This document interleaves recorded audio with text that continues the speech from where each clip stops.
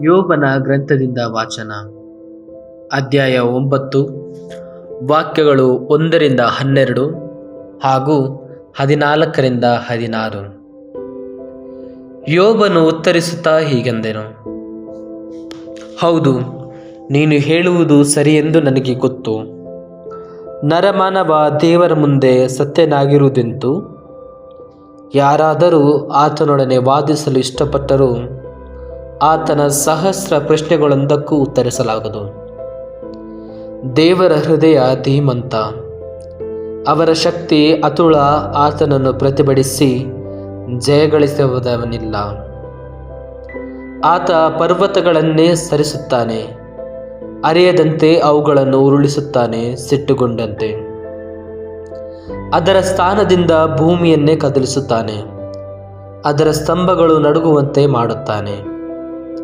ಆತ ಆಜ್ಞೆ ಮಾಡಿದ್ದೇ ಆದರೆ ಸೂರ್ಯನು ಉದಯಿಸನು, ಮುದ್ರೆ ಹಾಕಿದ್ದೇ ಆದರೆ ನಕ್ಷತ್ರವು ಮಿನುಗದು. ಆಕಾಶ ಮಂಡಲವನ್ನು ಹರಡಿದವನು ದೇವರೇ, ಕಡಲಿನ ತರಂಗಗಳನ್ನು ಮೆಟ್ಟಿದವನು ಆತನೊಬ್ಬನೇ.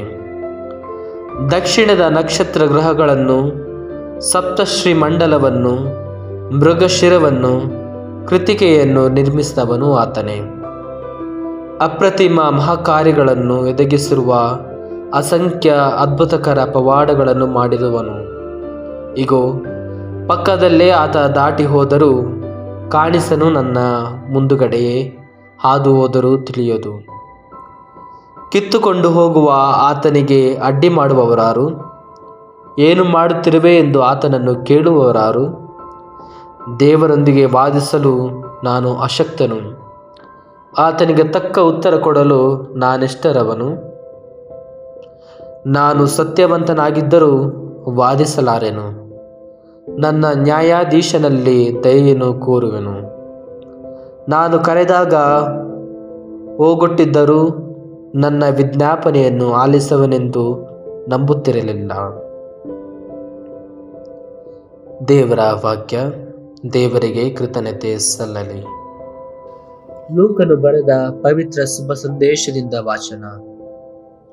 ಅಧ್ಯಾಯ 9, ವಾಕ್ಯಗಳು 57-62. ಆ ಕಾಲದಲ್ಲಿ ಯೇಸು ತಮ್ಮ ಶಿಷ್ಯರೊಂದಿಗೆ ದಾರಿಯಲ್ಲಿ ಹೋಗುತ್ತಿದ್ದಾಗ ಒಬ್ಬರು ಅವರಿಗೆ, ನೀವು ಎಲ್ಲಿಗೆ ಹೋದರೂ ನಿಮ್ಮನ್ನು ಹಿಂಬಾಲಿಸುತ್ತೇನೆ ಎಂದರು. ಯೇಸು ಅವನಿಗೆ, ನರಿಗಳಿಗೆ ಗುಹೆಗಳುಂಟು, ಆಕಾಶದ ಪಕ್ಷಿಗಳಿಗೆ ಗೂಡುಗಳುಂಟು, ಆದರೆ ನರಪುತ್ರನಿಗೆ ತಲೆ ಇಡುವುದಕ್ಕೂ ಸ್ಥಳವಿಲ್ಲ ಎಂದರು. ಇನ್ನೊಬ್ಬನಿಗೆ ಯೇಸು, ನನ್ನನ್ನು ಹಿಂಬಾಲಿಸು ಎಂದು ಹೇಳಿದಾಗ ಅವನು, ಪ್ರಭು, ಮೊದಲು ತನ್ನ ತಂದೆಯ ಉತ್ತರ ಕ್ರಿಯೆಗಳನ್ನು ಮುಗಿಸುವ ತನಕ ಸಮಯ ಕೊಡಿ ಎಂದನು.